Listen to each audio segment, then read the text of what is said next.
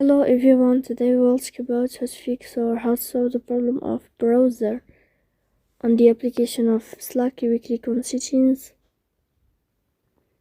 In this page, you can click on apps, default apps, app settings.